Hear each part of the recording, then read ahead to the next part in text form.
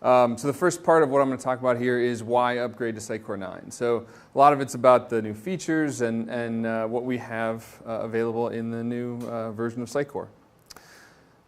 So the product focus when we go and develop a new version of Sitecore is all around these three different areas. We have enhancements to the core platform. We have time to market, things to increase the efficiency of implementing on Sitecore, and then innovation, new functionality, new concepts, things that we can really try to put a feather in our hat around. This is really cool. And some of it I geek out on, and so I might go too long, and you can just tell me, just move on if I'm getting a little too in-depth on some of this stuff. But in 9, we have advancements for both IT and marketers, right? So around the platform, we've got new forms. We've got dynamic placeholders as part of the core platform. Very sought after and asked for feature from our developer community. Federated authentication. So out of the box, Sitecore has historically had connectors to different authentication platforms, right? With this new federated authentication piece, we have made use of ASP.NET Identity.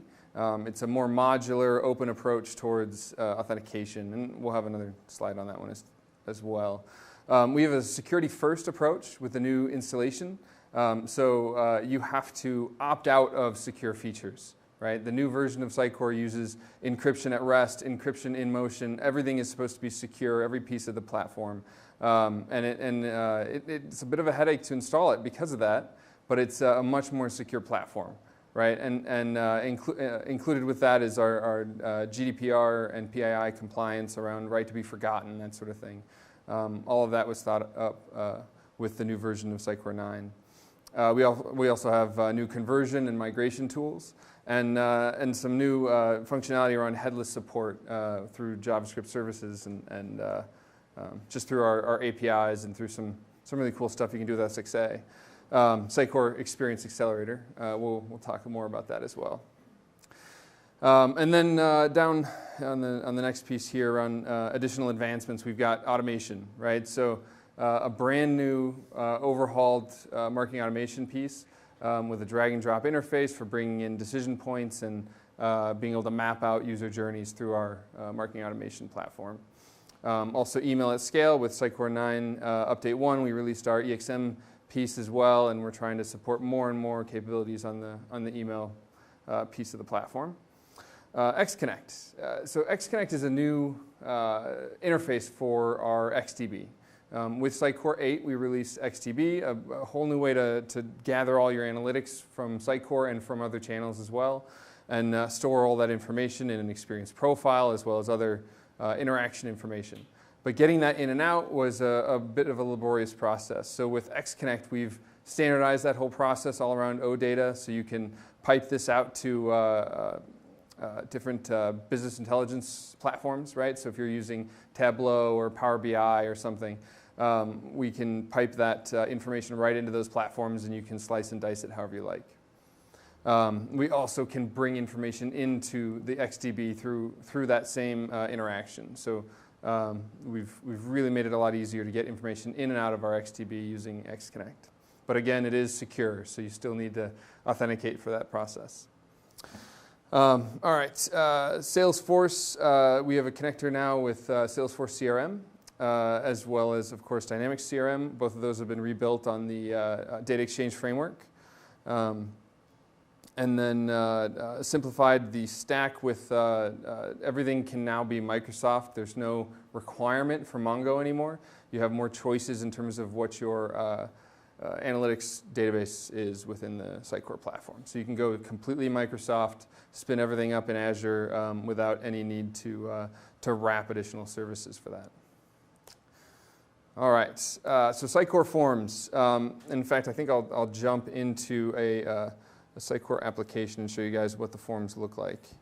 Great. All right, so the new forms interface, completely drag and drop. So if I want to bring in a label or a text, if I want to describe my form, or if I want to ask a user their name, I can drag these in and start to customize these with the information I want to gather. Down here you can see minimum length, maximum length, placeholder text, so if you want to have that text in the box that gets replaced when you start putting information in there. Length validators, so you have that minimum and maximum length, but now we can have a validator on that, so we make sure that it's there before it gets submitted. Is it a mandatory field? And then styling, if you want to apply specific styling to it, you have the option for that here as well. Once you apply those changes, then they are dropped on just like that. We have, of course, validation for things like email, so if I bring in this user email address here, you can see it's already got email validator checked. So it's automatically going to make sure that's a valid email address when it's being submitted. And then if you want to have a email validation process automated within Sitecore, we can support that with our marketing automation piece as well. All right, so there's the Sitecore forms, reskinned and completely customizable from that perspective. Also, one of the things I didn't really show is once you hit the save button or the submit button, that information is captured within Sitecore, but you can also have other things happen, right? Sending off emails or submitting that information into another database, such as if you want to upload it to Salesforce so that information is available to your users through other applications as well. All right, and just like I mentioned, the marketing automation piece as well. Let's jump in. Let's leave my form without saving and jump into marketing automation. I actually have some example marketing automation programs here, so let's see, let's go into our onboarding drip campaign here. All right, so the new marketing automation piece, it looks very similar to forms, right? Another drag and drop interface. On the right-hand side, you can see the actions that can be performed. We can send off emails, we can increase engagement value, we can change their profile, so persona mapping, that sort of stuff. We can add them to lists, remove them from lists, and this applies to integrations into other applications also. So if you want to add them to a list that exists in Salesforce, that can be affected on both sides of the application. Down here we've got listeners. So we can listen for visits to the website. We can listen for interactions like converting on goals or submitting forms, that sort of thing.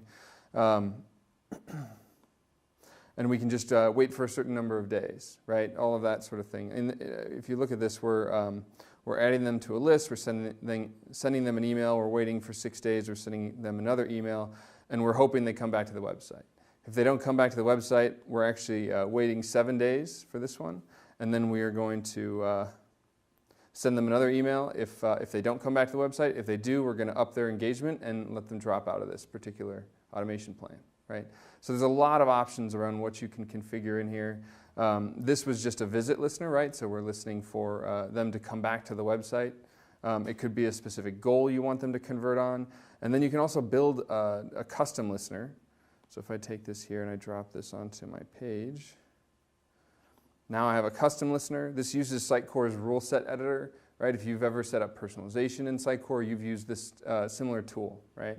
And I can come in here and set up a custom rule where this is tied into a specific campaign or a goal on the website, other additional information we know about the users. So we can see, what's their preferred email address, how many times have they interacted with us over a certain channel, what's the date. There's a lot of particular personalization rules that you can use to set up those listening events, right? And then once they convert on that particular rule, we can give it, again, a certain number of days we listen to see if that event happens. If it doesn't, we drop them down the no tree. If it does, we drop them down the yes, and you can apply additional marketing actions across those no and yes paths, right? So it's very easy, very intuitive in terms of how you configure this and set up this tool. Any questions? No? All right. All right, so I mentioned federated authentication, right? So I don't want to spend too much time geeking out about this either, but this is a very modular approach towards our authentication protocols. We're using ASP.NET. It supports this Owen middleware. There's a whole bunch of out-of-the-box examples of how to integrate that with Active Directory or any sort of SAML-based authentication providers, OAuth-based authentication, social authentication, right? There's basically no limit to what you can do with that, so we're decoupling that authentication from Sitecore using that modular approach. And then of course, I sort of already mentioned all the security first that we're putting in effect with Sitecore 9. Migration and conversion tools. So this is something that we've got in here to help our customers get to Sitecore 9 quicker. Okay, some customers have fallen behind with their updates, right? And so we have here support going all the way back to 6.6 for an express migration. These tools help push all the content into a new Sitecore 9 instance, so you can bring along all that content you invested in creating in your Sitecore instance and bring that over to your Sitecore 9 instance, and then figure out if your code's going to work right. There's some tools helping with that as well to look for those collision events. Things like we've deprecated certain API calls that you guys are using in your projects, that sort of thing, to make sure that you're going to have the best experience moving over with your new Sitecore instance. And then there's also conversion tools for migrating your analytics into the XDB platform, whether it's Mongo or SQL that you're coming over to. All right, and then I mentioned XConnect, right? The new microservices layer. This is that way to get information in and out of Sitecore, Sitecore's XDB, much more simply and easily. And then CRM connectors. So we've got Salesforce and Microsoft Dynamics, both out-of-the-box integrations for pulling content into and out of bidirectional. So you can push content or push analytics information, profile information into the Salesforce records, as well as pulling that into Sitecore or Microsoft Dynamics for that matter as well. And then the database support. So we're supporting SQL, Azure, and SQL Server out of the box with Sitecore 9. We're also bringing in Cosmos DB and MongoDB support with going forward. Right now, it's all SQL based, so you can spin up in Azure the entire instance with one click in the marketplace. Sitecore has that integration and support. But we're bringing in additional, so you can use whatever database you want to within Sitecore for your analytics gathering. All right, headless and JSS. Now this is where you might have to kick me if I get a little too deep on this one. Headless has become more and more popular within the industry these days, within web, right? People want to use whatever presentation layer they want to, whatever framework they want for displaying their website, whether it's a single page application or even a mobile app, right? They want to be able to get their content into whatever it is they want without having to mess with a presentation layer. And historically, a lot of Sitecore's power has been built into the presentation layer. So you had to use Sitecore's presentation layer to do personalization, to do A/B testing, to do the WYSIWYG editing, right? All of that. And with introducing JSS, we've been able to enable a lot of that same goodness in a non-Sitecore presentation layer environment. So yeah, historically you could do headless within Sitecore, but you lose all that goodness I talked about, right? All of it would be API only. You're pulling content out of Sitecore and you're doing content editing in the content editor, but you're losing the personalization and all of that. With the release of JSS, we've got the ability to import single page applications from Angular and from React. Both of those frameworks are supported. I believe there's another one coming down the road. But you can basically import that project into Sitecore and then allow users to edit in a WYSIWYG environment on that application. And Sitecore is basically going to be able to be the data source for your single page application.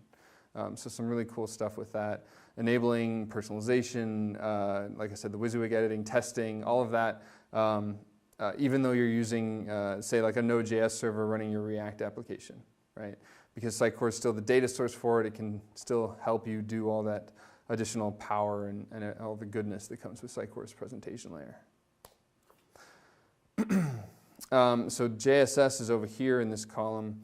Over here we have SXA data modeling. So this is another approach where you're not importing the application, but you're using Sitecore as a data store, as a REST API, if you will.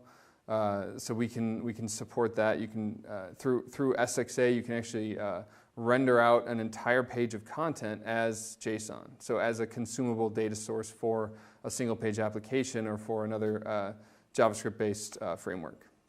And then, of course, we've always had our content APIs, although they have been overhauled. Something we're heavily investing in is machine learning as well.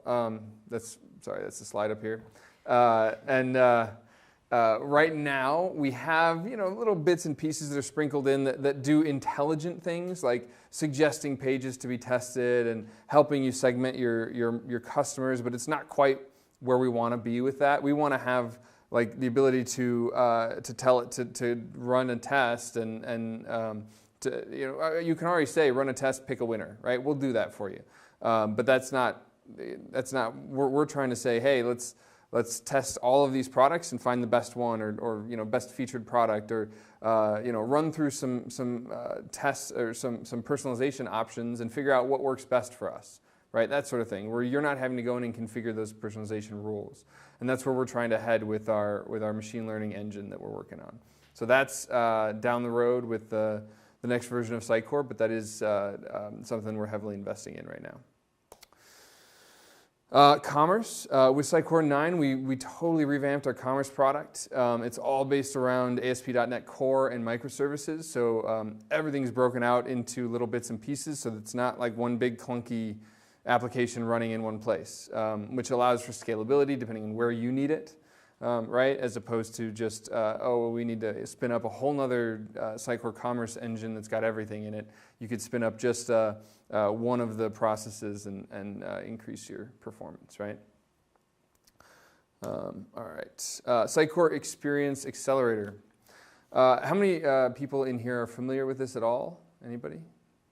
Okay, we got somebody.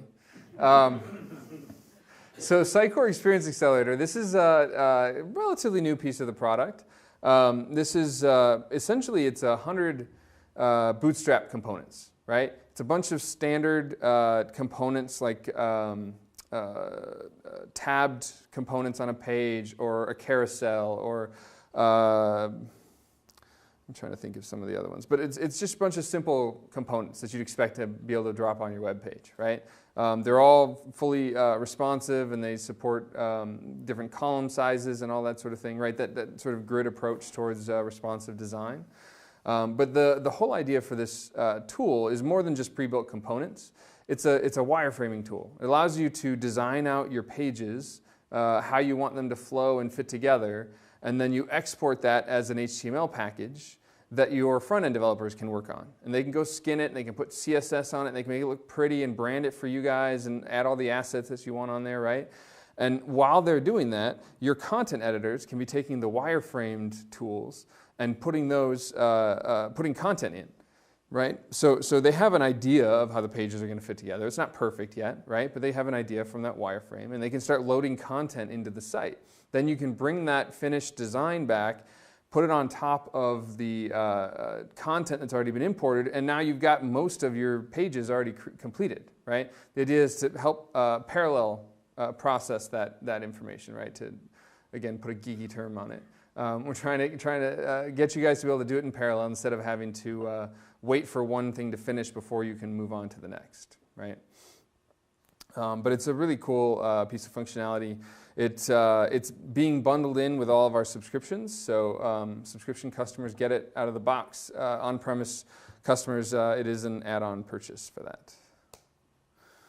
Sitecore Cloud, I mentioned this already. We had worked really hard with Microsoft to get into their marketplace. You can go onto Azure and you can put your license in and spin up a Sitecore instance in about 15 minutes. So that's some pretty cool stuff around hosting in Azure. We also are providing our own managed cloud service through that same Azure PaaS capability. So if you need somebody to host it, Sitecore can help you with that. Now, we're not going to be deploying. That's what our partners are doing, right? We're building out your Sitecore instance, making sure you got the right resources to support your Sitecore instance, and then basically handing you the keys. We're going to monitor it, help you support it, that sort of thing. But the deployments and the new code and features and that sort of thing is still going to be a partner exercise, right? All right. Future of the platform. Like I mentioned before, our Commerce was released with a whole new microservices approach. More and more we're doing that. XConnect is all .NET Core microservices. So they're all little pieces that help run the whole ship, if you will. So we're moving more and more towards that, built on .NET Core. We've got a new UX and UI that's coming down the road. So that's something that we're already working on. Oh, and upgrades. Well, we'll talk about that in just a second, but we're also working on that. All right. This might be a little more, well, a lot of that was pretty technical too, but this might be aimed a bit towards our technical audience, right? This is upgrading Sitecore 9 to Sitecore 9. I came from a customer. I've gone through Sitecore upgrades before. And so these challenges really ring true to me, right? So the first piece here, multiple packages. So jumping between versions. Once you get a few versions behind, you have to go through each one. There's no like leapfrog capability, right? I mean, you don't have to do every single little tiny release, but every point release, I think, until you get to the current release. That's historically how you've upgraded Sitecore. So that's one main challenge. The other one is configuration changes. So what you used to get was this whole document, this one PDF that would just have all of the changes to all the configurations between versions. And if you were, like 5 versions back, you're having to rectify that for all 5 versions, right? So that was a lot of fun also. And then server roles. So if you had a dedicated delivery instance versus a CM instance, they have different configurations, different setups, different, who knows what. But there was no way to support that from an upgrade perspective. It was you had to sort of figure that out as you were going along. And then issues with collisions. So if we changed anything in the content structure that had an effect on the way you had your content configured, it just sort of didn't work right. It didn't help you get through that process. And we've gotten rid of these. So let me show you how this works now. This is also historical. So historically, when you went to update, you'd use our installation wizard. You could do a web deploy package. If you had the Helix approach, the idea here was that you had your content structured in such a way that you could easily, and your project for that matter, that you could easily push it out to a new version of Sitecore without having to go through the update process. So that, not necessarily the most helpful from that perspective either. And then the express migration, again, this gets your content over, but you still have to make sure your code works right. So this wasn't the best approach either. So one of the things that our new update installation wizard helps you with is we can go from version 8.1 all the way up to 9. You don't have to go to 8.2. You don't have to go step point releases or whatever. Anything from 8.1 and beyond, you can go straight to 9 with that. We have the ability to do scaled setups with that, so the role-based servers. We have breaking change analysis, so we're like checking out your DLLs and looking to see if there's API changes that are going to make your website not work right, right? And then automatic upgrade to configuration. This is huge, in my opinion. We analyze the config files. We look at all the changes you've made compared to the out-of-the-box config files. We put those out. We pull those out and put them in patch files that you can just uncomment and have them start working again if you deem them necessary still. And we apply all the needed updates to configuration. So a lot of huge streamlining changes there for upgrading. In terms of setup, so you need this is the setup. If anybody was at Symposium, we actually had a demo of this. I don't have Sitecore installed here. This version of Sitecore to run the demo for you, but he actually ran through the demo, did the update live. on the stage at Symposium. So that's how easy it was to update an actual Sitecore instance, right? Rule-based configuration. All right, so that's this is also something that I think is huge. In our configuration now, you can set up rules to say, hey, if this server is of this particular role, we're going to run a specific configuration for that, right? So allowing you to basically put conditions around your configurations for environment-specific configurations. Really cool stuff there. We've divided out the config into different layers. So there's like the application layer and the custom layer and some, I think there's 4 layers altogether, and I'm not remembering all of them right now.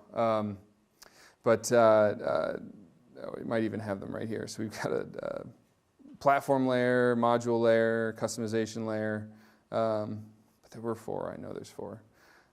So you can apply those. They apply in order and have an order of precedence based on that information. Yeah, so here's what it looks like. So when you when you go to upgrade from Sitecore 8.1, like I said, your config files get analyzed. We have our default 8.1 config file we compare it to. We pull out all the changes that you made to customize your Sitecore instance and create a patch file for you. Update your config file to version 9 supporting, and then have a disabled file while it's upgrading so that it's not breaking the upgrade process. And then we're going to put all that information into a folder, and then you've got your custom layer. You can review all the configuration in there and then just enable it to get your custom configs back in running order. Or pick and choose which ones you're going to use now. The next step in our upgrade process, we're trying to make it even easier, is an upgrade center within the application. Being able to go in and download and install updates from within the application, right? Now this is a huge undertaking, so this is currently being developed. It's not out yet, but we are trying to get basically an update center, so you can just go in and find all the latest versions, say download and install, and have it kick off in your test environments, not in your production environments, I wouldn't think. But yeah, the idea here is to really make it easy for users to upgrade their environment and keep up to date.